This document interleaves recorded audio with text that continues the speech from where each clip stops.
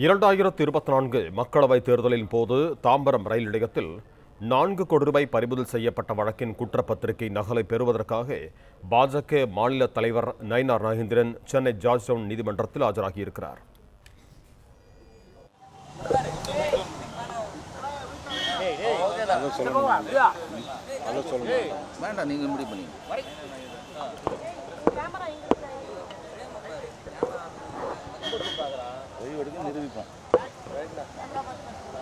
அடுத்தபடியாக 30ஆம் தேதி கூப்பிட்டுருக்காங்க. 30ஆம் தேதி திருப்பி வர சொல்லியிருக்காங்க.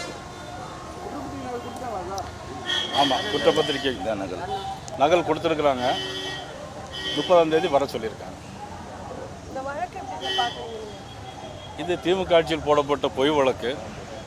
இந்த அரசாங்கம் வந்த பிறகு இது நியாயமான அரசுன்னு சொல்லி கொண்டு இருக்கிறீங்க.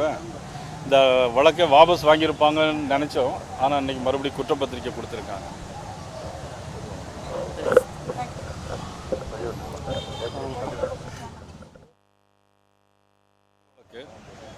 இந்த அரசாங்கம் வந்த பிறகு இது நியாயமான அரசுன்னு சொல்லி கொண்டு இருக்கிறீங்க.